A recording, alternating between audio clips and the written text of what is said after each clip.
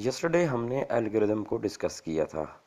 Algorithm software बनाने से पहले, सॉफ्टवेयर डिज़ाइन करने से पहले या सॉफ्टवेयर को डेवलप करने से पहले एल्गोरिदम को डिज़ाइन किया जाता है, एल्गोरिदम लिखे जाते हैं। एल्गोरिदम किसे कहते हैं? स्टेप्स होते हैं, लिस्ट ऑफ स्टेप्स होते हैं जो कि यूज़ किए जाते हैं प्रोग्रामिंग के लिए। किसी भी प्रॉब्लम को स्टेप बाय स्टेप सॉल्व करने को एल्गोरिदम कहा जाता है। जो लिस्ट ऑफ स्टेप्स हम लिखते हैं प्रॉब्लम की सॉल्यूशन के लिए, वो एल्गोरिदम होते हैं। इन्हीं एल्गोरिदम को हम प्रोग्रामिंग लैंग्वेज के अंदर जब डालते हैं तो प्रोग्राम बन जाते हैं और इस तरह हमारे पास सॉफ्टवेयर डेवलप होता है। अब हमने यस्टरडे एक एल्गोरिदम को डिस्कस भी किया था। यस्टरडे हमारा जो एल्गोरिदम था वो 20 नंबर्स के बारे में था कि 20 नंबर्स की एवरेज हम किस तरह निकालते हैं। तो 20 नंबर्स की एवरेज हम पहले वो 20 नंबर्स हमारे पास होने चाहिए। पहले वो नंबर्स हम सिलेक्ट करेंगे या इनपुट करेंगे, या हमें कोई जो है वो कंप्यूटर में या कोई भी हमें वो नंबर्स देगा। नंबर को जब हमारे पास वो नंबर आ जाएंगे फिर हमने उनको ऐड करना है और उनको जो है वो फार्मूला लगाना है एवरेज का, और उसके बाद जो हमारे पास एवरेज कैलकुलेट हो जाती है। तो ये सिंपल एक एल्गोरिदम था जो कि 20 नंबर्स को की एवरेज को फाइंड आउट करने के बारे में था। आज जो है हम मज़ीद जो है वो एल्गोरिदम की तरफ जाएंगे, डिफरेंट एल्गोरिदम को डिस्कस करेंगे। आज का जो एल्गोरिदम है वो है जी कि हम एक नंबर इनपुट करते हैं। मसलन हम एक प्रोग्राम बनाते हैं और प्रोग्राम बनाने के बाद हमें कोई नंबर हम उस कंप्यूटर को देते हैं और वो हमारा प्रोग्राम के ज़रिए हमें पता चले कि नंबर इवन है या ऑड है। तो इस प्रोग्रामिंग से पहले आपको बताया है, पहले इसके लिए एल्गोरिदम डिज़ाइन करना पड़ता है, एल्गोरिदम लिखना पड़ता है। तो उसका एल्गोरिदम हम लिख रहे हैं कि हमारा जो दिया हुआ नंबर है वो इवन है या ऑड है। तो इवन और ऑड के लिए जो लॉजिक है, आपने लॉजिक को समझना है। इवन और अब एल्गोरिदम है, ये प्रोग्राम है, इनको आपने याद नहीं करना, इनके पीछे जो लॉजिक है उसको आपने समझना है। अब इवन और ऑड के लिए जो लॉजिक है, किस तरह पता चलेगा कोई गिवन नंबर इवन है या ऑड है? उसके लिए जो लॉजिक है वो ये है कि नंबर को, आपको जो गिवन नंबर होगा, जो भी आपने नंबर दिया, उसको अगर आप डिवाइड करते हैं 2 के ऊपर और रिजल्ट 0 आता है, रिमाइंडर अगर 0 आता है, रिमाइंडर आपका रिजल्ट होगा। अगर रिमाइंडर आपके पास 0 आता है तो गिवन नंबर इवन होगा। अगर रिजल्ट आपके पास 0 नहीं आता, या रिजल्ट हमारे पास 0 आएगा या 1 आएगा, तो अगर रिजल्ट 1 आता है यानी 0 नहीं आता तो फिर नंबर जो है वो गिवन नंबर जो है वो ऑड होगा। तो ये लॉजिक है बिहाइंड इवन और ऑड नंबर। इवन और ऑड नंबर का फार्मूला या इसकी जो लॉजिक है वो क्या है इसके पीछे, कि हमारे पास जो गिवन नंबर जो भी होगा, हम 20 लिखते हैं, गिवन नंबर 20 है या 30 है या 35 है, ये जो भी नंबर है हमारा गिवन नंबर, उसको अगर हम डिवाइड करें 2 के ऊपर, 2 के ऊपर डिवाइड करें तो रिमाइंडर 0 आएगा तो इवन होगा, और अगर रिमाइंडर 0 नहीं आएगा तो हमारा जो आंसर होगा वो ऑड नंबर होगा। वो लेट से अब हमने नंबर इनपुट किया 15 को अगर हम 2 के ऊपर डिवाइड करते हैं, 15 को 2 के ऊपर डिवाइड करेंगे तो रिमाइंडर हमारे पास 1 आता है, बाकी जो बचता है वो 1 बचता है। अब बाकी अगर 1 बचता है, रिमाइंडर हमारे पास 1 आता है, तो हमारा जो गिवन नंबर यानी 15 होगा वो क्या होगा, वो हमारे पास ऑड होगा। अगर नंबर हमारा है जी 16 को जब हम 2 के ऊपर डिवाइड करते हैं तो रिमाइंडर हमारे पास 0 आता है, यानी ये 2 के ऊपर पूरा डिवाइड हो जाता है। तो रिमाइंडर 0 आ रहा है तो नंबर क्या है, इवन है। तो अब जिस नंबर को भी आपने चेक करना है इवन है या ऑड है, तो उसको 2 के ऊपर डिवाइड करेंगे, रिमाइंडर को चेक करेंगे, रिमाइंडर 0 है तो नंबर इवन है, रिमाइंडर अगर 0 नहीं है, रिमाइंडर अगर हमारे पास 1 आ रहा है तो ऑड है। याद रखिए, जब 2 के ऊपर डिवाइड करते हैं किसी भी डिजिट को, किसी भी नंबर को, तो रिमाइंडर या 0 आएगा या 1 आएगा। तो ये एल्गोरिदम हमने लिखा हुआ है जी, एल्गोरिदम को समझें। सबसे पहले हम अपना एल्गोरिदम स्टार्ट करते हैं, तो वो स्टार्ट या बिगिन हमने लिख दिया। स्टार्ट मीन्स के हम एल्गोरिदम को स्टार्ट कर रहे हैं। उसके बाद स्टेप नंबर 2 देखें जी, इनपुट नंबर। वो नंबर इनपुट करें, यानी कोई भी नंबर है जिसको आपने फाइंड करना है कि वो नंबर इवन है या ऑड है, वो नंबर इनपुट करें।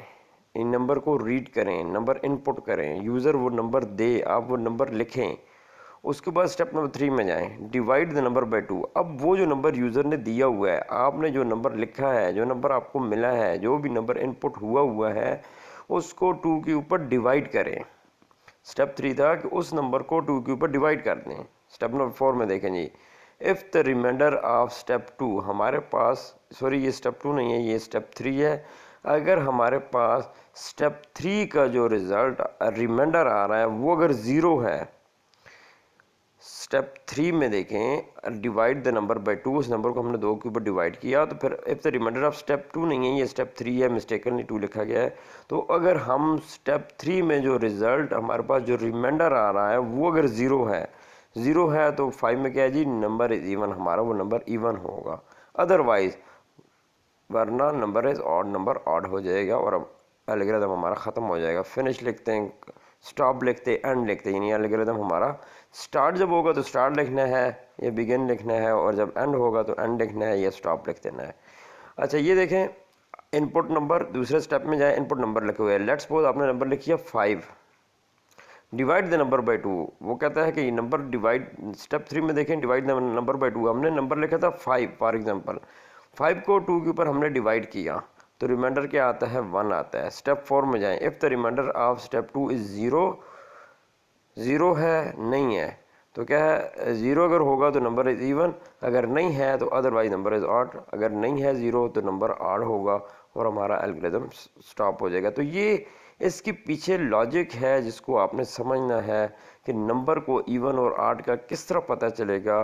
वो आप जब डिवाइड करेंगे, यानी कि divide the number by 2, if the remainder is 0 the number is even, if the remainder is not 0 the number is odd. अगर नंबर जो है वो पूरा डिवाइड हो रहा है तो नंबर जो है वो डिजिट जो है हमारे पास क्या होगा, वो डिजिट जो है वो इवन होगा, अदरवाइज वो ऑड होगा। अब नेक्स्ट एल्गोरिथम की तरफ जाते हैं। ये लार्ज नंबर्स को फाइंड करने का, यानी कि हम एक एल्गोरिथम डिज़ाइन कर रहे हैं जो कि डिस्प्ले करे लार्ज नंबर को। हम 2 नंबर लिखते हैं, उनमें 2 नंबर में हमें बताए कि बड़ा डिजिट कौन सा है, लार्जर कौन सा है। लार्जर नंबर को डिस्प्ले करने का ये एल्गोरिथम है। इसी के बेस के ऊपर हम प्रोग्राम भी बनाएंगे इंशाल्लाह। सॉरी। अच्छा देखें, एल्गोरिथम हम स्टार्ट कर रहे हैं तो स्टार्ट करेंगे, जब स्टार्ट लिख दें, उसके बाद ये इनपुट 2 नंबर्स, वो नंबर 2 इनपुट करें। जिन 2 नंबर का आपने कंपैरेटिवली देखना है कि कौन सा डिजिट बड़ा है और कौन सा छोटा है। नंबर को इनपुट 2 नंबर्स, वो नंबर इनपुट करें। आगे लिखा हुआ है ब्रैकेट में से ए बी, इसका मतलब यह है कि फॉर एग्जांपल एक है ए और दूसरा है बी। अब आपने वेरिएबल को समझना है, यहाँ पे ए और बी वेरिएबल हैं। जिस तरह आप मैथमेटिक्स में वेरिएबल यूज़ करते थे, वेरिएबल का मकसद क्या होता था, उसका मकसद ये होता था कि आप नंबर्स को वेरिएबल के अंदर स्टोर करते थे। वेरिएबल होता क्या है, वेरिएबल एक ऐसी क्वांटिटी होती है जिसकी वैल्यू वेरी करती है, वेरी कर सकती है, यानी जिसकी वैल्यू चेंज हो सकती है। एक होता है कांस्टेंट जिसकी वैल्यू चेंज नहीं हो सकती। आपके पास पाई की जो वैल्यू है वो कांस्टेंट है, वो चेंज नहीं हो सकती। 22/7 ये जो भी है, 22/7 ये वैल्यू जो है ये कांस्टेंट वैल्यू है। लेकिन जो वेरिएबल होता है उसकी वैल्यू वेरी करती है, उसकी वैल्यू वेरी कर सकती है, उसकी वैल्यू चेंज हो सकती है। तो आप जो नंबर्स हैं, जो आपने लेट्स सपोज 15 और 22 नंबर्स आपने इनपुट किए, तो एक वैल्यू आपने दी एक वेरिएबल में और दूसरी वैल्यू दी दूसरे वेरिएबल में। 15 आपने इनपुट किया तो वो ए में चला गया, और आपने 20 जो इनपुट किया, 20 नंबर्स दिया, वो बी वेरिएबल में स्टोर हो गया। लेट्स सपोज नहीं, हमने 2 वैल्यू दी तो 2 वेरिएबल्स हमें चाहिए होंगे। उसके बाद है जी if A is greater than B, अगर ए बड़ा है बी से, यानी अब आपने चेक करना है कि ए बड़ा है बी से या नहीं है। अब देखें 15 ग्रेटर देन बी, अगर ए बड़ा है बी से तो नहीं है, अगर नहीं है तो स्टेप 5 पे जाएगा और b इज़ ग्रेटर, यानी b की वैल्यू लिखा हुआ है आ जाएगा कि b जो है 20 इज़ ग्रेटर है। अगर नहीं है तो स्टेप 5 में देखें else b is greater, b की वैल्यू जो है वो ग्रेटर है, जो 20 है, ये जो भी वैल्यू थी तो वो डिस्प्ले हो जाएगी। तो ये एल्गोरिथम है जी 2 नंबर्स में लार्जर नंबर्स को डिस्प्ले करने का एल्गोरिदम। पहले आपने वो दो नंबर्स आपको पता होना चाहिए, फिर आप देखेंगे उन दोनों में से कौन सी जो वैल्यू है वो बड़ी है, कौन सा डिजिट बड़ा है। अगर ए बड़ा है, if A is greater than B, अगर ए बड़ा है तो फिर क्या होगा, डिस्प्ले ए इज़ लार्जर। तो हमने डिस्प्ले करवा देना है जी ए लार्जर नंबर, हमने बता देना है ए ग्रेटर है, ए लार्जर है।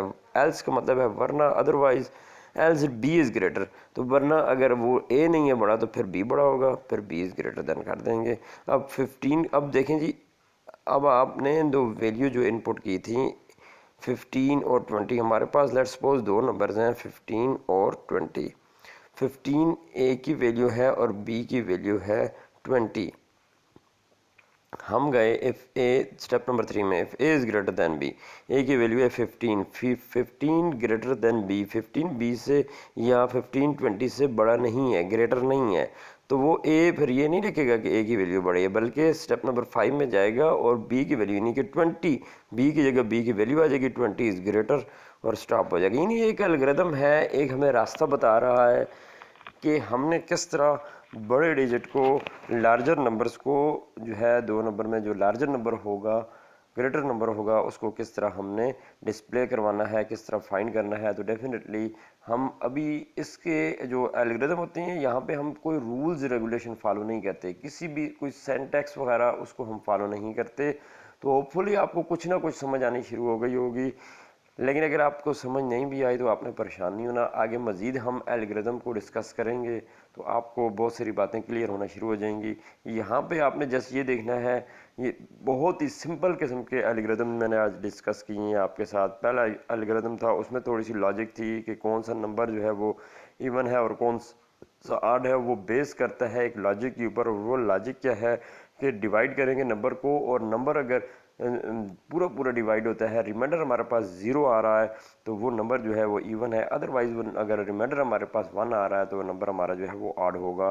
तो हमने डिवाइड करके चेक करना है, वहाँ पे डिवाइड करके रिमाइंडर को देखना है, रिमाइंडर के बेस के ऊपर जो है रिजल्ट बनाना है। और दूसरा एल्गोरिथम था कि लार्जर नंबर को फाइंड करना है, तो वो दो नंबर हमारे पास होने चाहिए, फिर उन दो नंबर में देख लें कौन सा बड़ा है, ए ग्रेटर देन बी।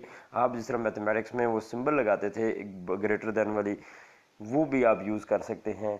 ए ग्रेटर देन बी अगर ट्रू है तो ए इज़ ग्रेटर, अगर ये फॉल्स है ये स्टेटमेंट जो स्टेप 3 है, स्टेप 3 अगर ट्रू है तो स्टेप 4 का रिजल्ट डिस्प्ले होगा, और स्टेप 3 जो है अगर फॉल्स है तो वो स्टेप 5 का रिजल्ट डिस्प्ले हो जाएगा। तो ये आज का एल्गोरिथम था। इसको इंशाल्लाह मज़ीद हम डिटेल से इन एल्गोरिथम को आने वाली वीडियोस में, आने वाले लेक्चर में इनको मज़ीद डिटेल से इंशाल्लाह डिस्कस करेंगे। अभी आपको जो भी क्वेश्चन हुआ वो आप लोग कमेंट बॉक्स में लिख लीजिएगा। थोड़ी थोड़ी आप लोगों को एल्गोरिथम के बारे में जो है नो हाउ होनी शुरू हो जाएगी, हो गई होगी। और फिर भी क्वेश्चन होंगे, एम्बिग्विटीज़ होंगी आपके अंदर, जो है वो जो प्रॉब्लम है वो लॉजिक है अभी उस तरह बिल्डअप नहीं हुई होगी, इसलिए मैंने बहुत ही सिंपल किस्म के एल्गोरिथम दिए हैं आपको समझाने के लिए। आगे इंशाल्लाह हम जो है थोड़े से कम्प्लेक्स एल्गोरिथम भी लेंगे, तो होपफुली आपको चीज़ें जो है वो आहिस्ता आहिस्ता क्लियर होनी शुरू हो जाएंगी। Thank you very much.